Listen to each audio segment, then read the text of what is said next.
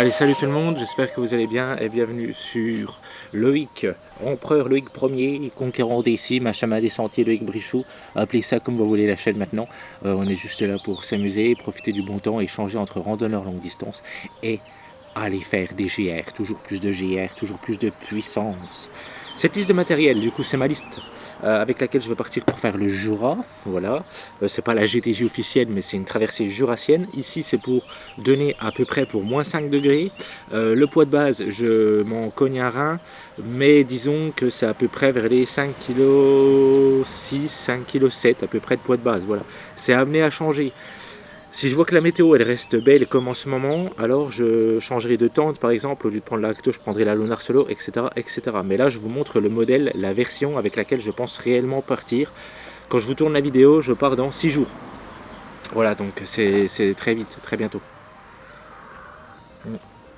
Alors on va commencer par le gros, comme ça je peux débarrasser un petit peu tout ce qui est Big 3, Big 4, tout ce que vous voulez. Ok. Au niveau du sac de couchage, je ne l'ai pas avec moi, il est là-haut, mais c'est le XLI 400 Cumulus. XLI 400, c'est un sac de couchage moins 1 degré confort. Vous pouvez le retrouver dans toutes mes vidéos, voilà, pour les nouveaux là, qui tomberaient sur cette vidéo, voilà. Sachez que c'est le sac de couchage que j'ai dans toutes mes vidéos, si jamais vous voulez avoir un visuel. XLI 400 de chez Cumulus. Je le couple avec un sursac. Un Soul Escape BV Light, de la marque Soul. C'est un sursac, une couverture de survie que tu mets par-dessus en gros. Et l'idée c'est de me rajouter quelques degrés de confort. Avec ça je devrais être à peu près à moins 3, moins 4 degrés de confort. Okay, en plus du coup du sac de couchage. Ce que j'aime bien c'est que c'est modulable aussi. L'idée de la modulation c'est que s'il y a une nuit à 4 degrés, alors je ne mets pas le sursac. Et moi ça me permettra de dormir un petit peu plus convenablement. Et s'il fait froid, je mets le sursac. Et j'aime bien cette modularité, même en été, très souvent je prends le sursac. Ça me permet d'être, par exemple, au début de nuit, dormir que dans le sursac et arriver 3 h du matin, alors je mets le sac de couchage, etc. C'est super agréable, je trouve, la modularité. Hop. Ce que je vais faire, c'est tout ce que j'ai déjà montré, je vais le mettre dans le sac. Je vais en profiter vite fait, voilà, pendant le Big Four. Je pars avec un sac qui s'appelle Zipax Arc Haul 50 litres. C'est un sac qui est en Dynima. Il y a des options dessus, notamment ici. Une option porte-gourde et une autre ici porte-gourde. Il n'y a pas de poche sur la ceinture car je pars avec une banane. Voilà. Simplement parce que j'utilise un Canon EOS R7 pour vous filmer des vidéos. Voilà au niveau du sac. C'est pas mon sac, c'est celui de mon frère, pour ceux qui connaissent. Super sac avec lequel il a déjà fait énormément de choses. Moi aussi, notamment la traversée de l'Écosse, qui était ma dernière longue traversée de rando. Ok, toujours dans le Big Four, maintenant qu'on a vu le sac de couchage et tout. Le matelas. J'ai longtemps hésité, le matelas c'est ce qui me posait plus ou moins souci car j'avais besoin d'une grosse air value. Du coup j'ai décidé de m'encombrer un petit peu. Ça me rajoute que en soi 200 grammes, donc c'est pas énorme pour de la sécurité, mais ça m'encombre. J'ai décidé de cumuler 2 matelas. Mon matelas gonflable Sea to Summit Insulated de 3,3 de air value, il fait 1,70 m. Super matelas, pas de problème. Cependant, j'ai déjà eu énormément de problèmes avec des crevaisons, des choses comme ça pendant mes longues marches. Et avec l'expérience, je sais qu'en la période où je pars, là, peut avoisiner les moins 6, etc. Là-haut, actuellement, il fait ça, la nuit, moins 5, moins 6, et je pars dans 6 jours. Ça sera plus ou moins similaire. L'idée, c'est d'avoir un matelas de secours. Avec celui-là, je dormirai tranquillement, mais s'il vient à péter, alors ça peut être grave. Du coup, au lieu de partir comme d'habitude avec un pare-soleil et puis de me retrouver dans la merde, j'ai décidé de réellement avoir une vraie sécurité. Donc en plus de ce matelas gonflable, je viens utiliser un matelas mousse. Voilà, donc le matelas mousse, c'est un matelas mousse qui fait 120 cm, qui me protégera au moins le buste en cas de problème, qui fait 2 de air value. Ça veut dire que j'arrive à 5,5 de air value, Et donc là, je suis vraiment en sécurité, même si mon site ou summit vient à péter. Je ne passerai pas la nuit la plus confortable, néanmoins j'aurai quand même réellement un matelas de secours. C'est un matelas de chez Decathlon MT100 que je viens mettre à l'intérieur d'un sac en nylophium. Le sac en nylophium, je viens le fermer avec des élastiques au bout. Le sac en nylophium, lui, il fait 20 grammes, il est ultra étanche, je le double. C'est un seul sac que je viens doubler avec le sac, comme ça au moins. Souvent vous êtes nombreux à me poser la question comment tu fais pour gérer en fait le fait que le matelas mousse soit mouillé si tu le mets en dehors du sac quand il flotte. Je fais comme ça. En été je m'en fous parce que en fait le matelas mousse, il faut savoir que ces matelas là ils absorbent pas d'eau. Ça veut dire que quand tu arrives à ton bivouac tu peux l'essuyer, tout ça c'est bien à l'été, ça suffit. Là quand je pars, s'il pleut toute la journée, je veux avoir une sécurité encore une fois contre l'humidité, etc. Et donc je viens le protéger là-dedans. La protection en soi rajoute que 20 grammes. Hein. Donc c'est une protection vraiment significative que pour 20 grammes. Voilà la combinaison. Maintenant on va parler de la tente dans le Big Four. Je pars du coup avec ma tente Hilberg Acto. C'est une tente du coup Hilberg Acto, c'est une tente 4 saisons, semi-autoportante, donc il y a quand même un arceau qui est ici, semi-autoportante, qui est vraiment fait pour justement les périodes là où je pars, pour de l'hiver, mais qui est une tente vraiment assez polyvalente, qui fonctionne même bien en été quand on peut facilement l'aérer, etc. Je vous en ferai une vidéo, promis. J'essaierai de vous en faire une, ça fait longtemps que je veux vous la faire. Je vous la ferai, ok, ça vaut le coup. La tente elle est là-dedans, elle est dans mon sac, c'est un sac en DCF de la marque Atelier Longue Distance.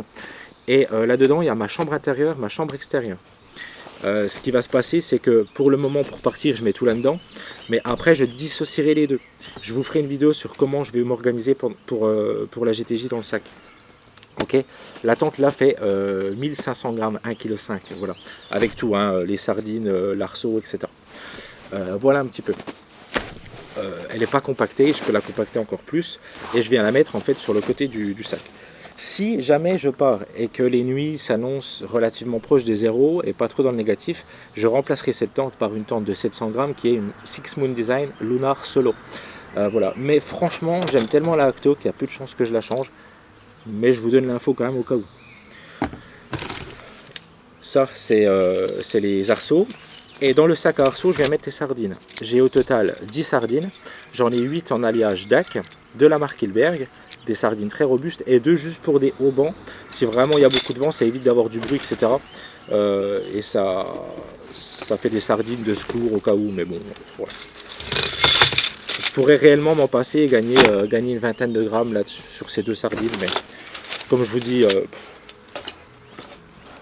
voilà, c'est pas une saison où c'est que j'essaie d'avoir un sac spécialement ultra light, quoi. Comme je vous dis, c'est pas une saison propice à ça. Il y a des nuits qui peuvent être à -6, -7, notamment sur le Stevenson l'année dernière, ça nous est arrivé avec mon frère. On a eu des nuits à -6. À -6, t'as pas envie d'économiser du poids, quoi. C'est frais, si c'est vrai, c'est vrai. Voilà au niveau du Big Four. Voilà. Maintenant, on va continuer sur tout ce qui est cuisine, hydratation. Je suis quelqu'un qui mange froid, je pratique le cold soaking. Et donc le cold soaking, ça consiste en fait à refaire gonfler sa nourriture à froid et de ne pas utiliser de réchaud. Donc pour ça, j'utilise une petite boîte. Là, vous avez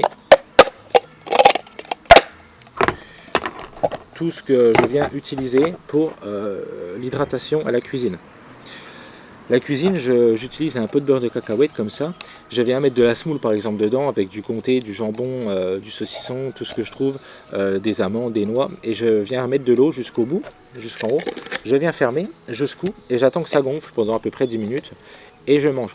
Ça permet de ne pas porter de réchaud, pas de gaz, etc. C'est pas fait pour tout le monde. Je vous invite vraiment à essayer. Moi ça me convient à 100%. Je fais plus que comme ça depuis presque 2 ans et demi maintenant. Et quand je prends un réchaud, c'est parce que je suis avec mon papa par exemple, etc. Et puis j'ai plus de temps, et puis lui ça lui fait plaisir, etc. Mais moi je ne ressens pas le besoin de faire ça. Je le fais aussi parce que je pars avec quelqu'un qui marche aussi en pratiquant le cold soaking. Ça veut dire que cette personne, et tout comme moi, ne mangera pas chaud. Donc on aura une manière de concevoir et de marcher ensemble très similaire. Et ça, c'est important. Donc voilà, je pars avec ça. Je pars avec un Opinel numéro 2. Une cuillère quechua recoupée, Ça, on en parle après. Mon sac à bouffe, c'est un sac de la marque Cumulus en nylon basique. Vous avez vu, je range tout là-dedans. Et là-dedans, c'est une autre petite boîte. C'est très compliqué d'avoir c'est très compliqué en randonnée d'avoir une nutrition vraiment bien équilibrée. Ça veut dire que je me sers justement d'un truc super utile qui s'appelle les compléments, les suppléments, les compléments alimentaires, notamment parce que c'est aussi mon boulot moi dans la vraie vie. C'est aussi le travail de ma conjointe, etc. Et donc voilà, là-dedans il y a un complexe de vitamines, notamment magnésium, oméga, vitamines, etc. Parce que je sais que je serai clairement en carence pendant cette période-là. Je les prends de manière annuelle, mais je continue à les prendre aussi pendant mes grandes randonnées. Là-dedans, il y a à peu près 12 jours de supplémentation. Supplémentation, complémentation, ça vient compléter nos carences dans notre nutrition. En aucun cas, ça vient remplacer notre nutrition, d'accord? Je viens mettre ça là-dedans, je viens mettre le couteau, la cuillère, ici, le sac, bon, là je le mets là-dedans parce qu'il n'est pas rempli, mais sinon il ne va pas dedans. Et ensuite, hop, voilà, et en dehors, dans le sac, dans la poche filet. Ça prend pas de place. Au niveau de l'hydratation, je fonctionne ainsi. 2 bouteilles de 1 litre, un peu plus d'1 litre, que je viens mettre sur le côté du sac, ou sur le sac, ou dans le filet, peu importe quoi, avec un filtre à eau de 600 ml de Katadyn Be-Free. Le Katadyn là, il vient ici, et voilà comment je fonctionne en gros au niveau de l'hydratation. Je me prends pas trop la tête, ça fonctionne bien, j'ai toujours fait comme ça, et bon après je pourrais prendre des flasques, des choses comme ça, mais je préfère cette manière là de faire, c'est beaucoup plus light.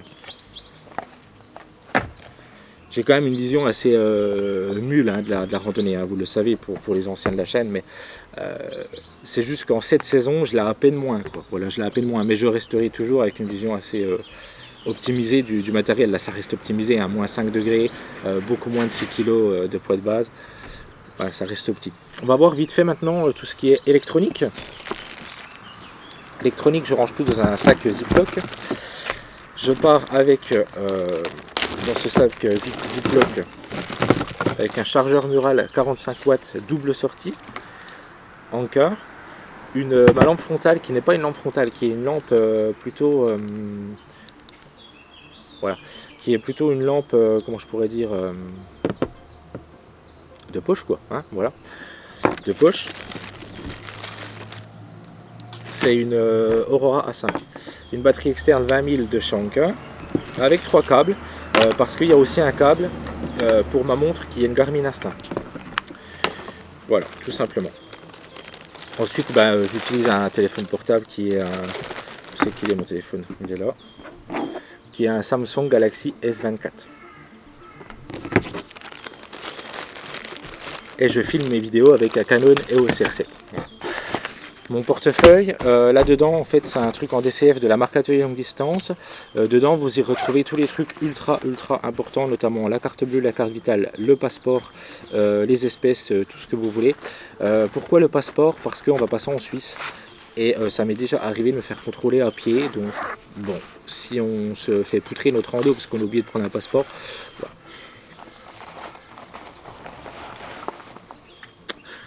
On va parler maintenant du kit hygiène. Le kit hygiène, il manquera que la brosse à dents parce que je l'utilise actuellement, donc je ne l'ai pas mise encore. Sachez qu'il y a une brosse à dents en plus.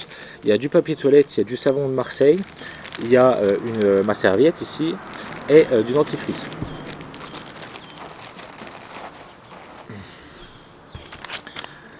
Ça c'est la pharmacie. Dedans il y a quoi? Dedans il y a des Doliprane, il y a de l'éosine. Il y a des tire-tiques, il y a des boules caisses, il y a aussi réparation pour le matelas, et puis c'est tout. Voilà, ça c'est ma pharmacie. Ça, il faut que je l'aère celle-là, il faut que je la rende. Voilà. Ouais, ensuite.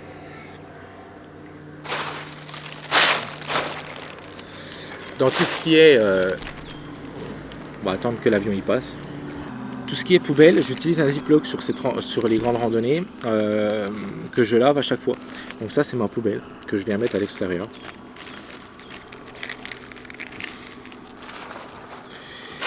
Pour gérer tout ce qui est pluie et puis surtout rangement, compression, j'utilise un sac en nylophium que je viens mettre à l'intérieur de mon sac à dos qui vient me servir en fait de liner, et un sac pour compresser qui a un atelier longue distance en DCF.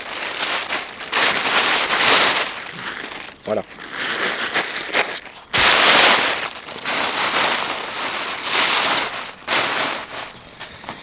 Donc dans le sac en DCF que vous avez vu là en gris, en fait il y a tout simplement tout ce qui est sac de couchage, sur-sac, etc. On va parler maintenant des vêtements. Je fonctionne beaucoup en superposition de couches pour le bivouac en cette période. En fait je viens rajouter des couches plutôt que d'acheter des couches plus chaudes. Ça permet d'économiser et d'être plus, d'être plus modulaire à son bivouac, d'être plus polyvalent.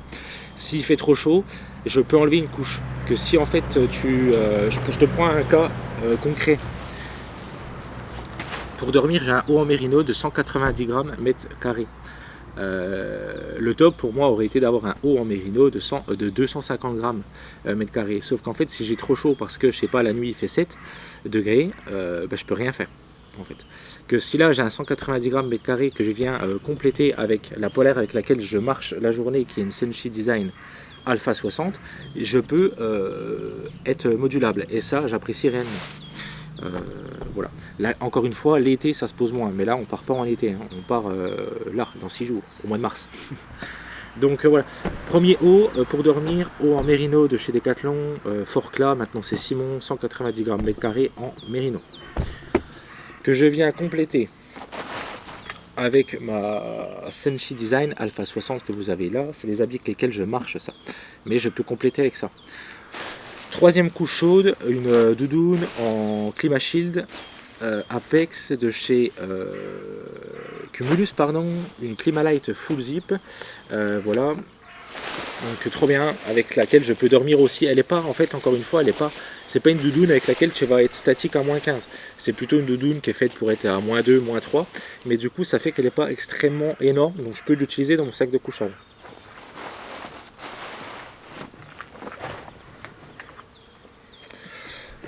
Voilà.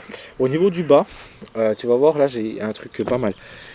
Chaussettes en laine mérino de chez Decathlon, c'est les Quechua, celles-là, les MH900 Quechua, je crois, si je dis pas de conneries. Elles sont vraiment usées, c'est pas vraiment fait pour marcher, je peux au cas où, mais bon, voilà.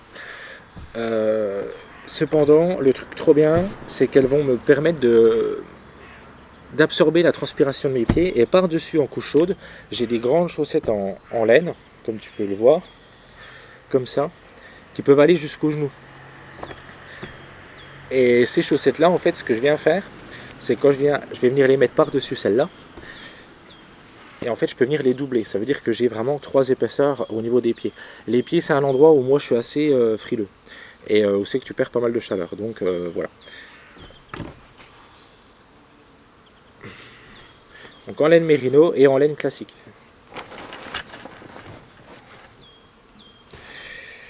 Un caleçon Forclaz en laine mérino. Un caleçon long Forclaz en laine mérino aussi, en 190 grammes mètre carré, le caleçon en 190 grammes, tous mes trucs en mérino sont en 190 grammes. J'ai pas par contre de deuxième couche pour les jambes. Si j'ai froid aux jambes, j'ai pas prévu de couche chaude supplémentaire. Voilà, j'ai pas. Mais normalement aux jambes t'as quand même beaucoup moins froid. Là, je parle avec l'expérience que j'ai, voilà quoi. Au niveau de la tête, un bonnet Carhartt avec un tour de cou en synthétique. Ça permet d'être assez polyvalent, tu peux vraiment te cacher de partout. Pareil, il y a une grosse déperdition de chaleur sur la tête. C'est pour ça que ma doudoune, il y a une capuche. Ma Senshi ici, c'est un hoodie, donc il y a une capuche. Mon sac de couchage a une capuche. Plus le bonnet, plus le tour de cou. Donc je peux vraiment me calfeutrer au besoin, quoi. Il n'y a pas de problème. Et maintenant au niveau des mains, que ce soit pour marcher mais pour le bivouac, j'utilise ce combo là, qui est un combo de sous-gants en laine mérino, Forclaz aussi, voilà, que je viens en fait compléter s'il y a du vent, avec des gants de 9 grammes de chez Montbel, les Hull, pour couper du vent et faire une petite barrière supplémentaire pour conserver la chaleur. Là c'est vraiment polyvalent. Je pourrais prendre des gants plus chauds, j'ai hésité, mais je crois que c'est suffisant, hein, on va pas exagérer, je crois que c'est suffisant. Voilà, ça sera peut-être à limite le matin, mais bon, ça c'est bien, ça sera suffisant. Bon, maintenant au niveau de la pluie, j'utilise un pantalon de chez Montbell, le Versalite, Versalite en Gore-Tex. Bon, tu vois, il est dégueulasse, il faut que je le nettoie. Ça fait des années que je l'ai maintenant, il est excellent. J'utilise une housse de protection pour le sac de chez Forclaz. Je suis adepte de la housse de protection des sacs pour plusieurs raisons. Je sais qu'il y en a qui n'apprécient pas, je peux comprendre pourquoi. Moi j'apprécie. J'apprécie le fait que mes affaires dans le filet ne soient pas mouillées, j'apprécie le fait que ça protège ma tente, mes arceaux et puis tout ce qu'il y a dans mon filet. Mais j'apprécie aussi le fait de pouvoir poser mon sac sans le mouiller quand il pleut. En fait c'est con, mais j'apprécie le fait que ça protège mon sac et que ça le rende plus durable. Et c'est important pour moi parce que j'utilise des sacs quand même qui coûtent cher, j'ai du matériel qui coûte cher, notamment là en plus c'est même pas mon sac. Donc en plus de ça, une raison de plus de le protéger. Mais voilà, j'essaie de les préserver le plus longtemps possible. Et ça aide vachement. Au niveau de la veste de pluie, j'utilise une veste de pluie de la marque Frogtog. Voilà. Une veste de pluie qui est pas très durable. Par contre, elle a un effet thermique assez intéressant. Elle garde vraiment bien la chaleur pour une veste de pluie. Et en cette saison, c'est quelque chose d'assez intéressant, je trouve. Voilà. Et maintenant, on va voir avec quoi je vais marcher. Je vais marcher, donc là c'est plus dans le sac, c'est le vestiaire sur moi. Avec des Ultra Raptor de chez La Sportiva, avec lesquels j'ai déjà beaucoup marché. J'en suis content de ces chaussures, c'est des bonnes chaussures. Un short basique comme ça, voilà. Un caleçon que je n'ai pas reçu, j'attends Decathlon, là, la commande, en laine mérino. Une paire de chaussettes de la marque Dentoff en mérino. Mon hoodie Senshi Design Alpha 60. Et ma chemise Columbia Silver Ridge. Voilà. Voilà un petit peu. Avec quoi je vais marcher. Je pars sans bâton de marche. Vous le savez, ceux qui me suivent depuis longtemps, j'ai fait pas mal de... Ça dépend en fait, j'ai mes périodes. Des fois j'ai envie de partir avec des bâtons, parce que j'ai un esprit assez sportif, et puis je me dis allez, ça va m'aider. Puis des fois j'ai clairement la flemme de les prendre, parce que j'ai envie de plutôt partir sur une captation vidéo plus agréable, et de pouvoir utiliser plus facilement mes mains pour vous filmer des trucs. Et là je suis plus dans cette optique là, un petit peu comme en Écosse. L'Écosse, j'ai fait la grande traversée de l'Écosse sans les bâtons, j'en ai fait plein.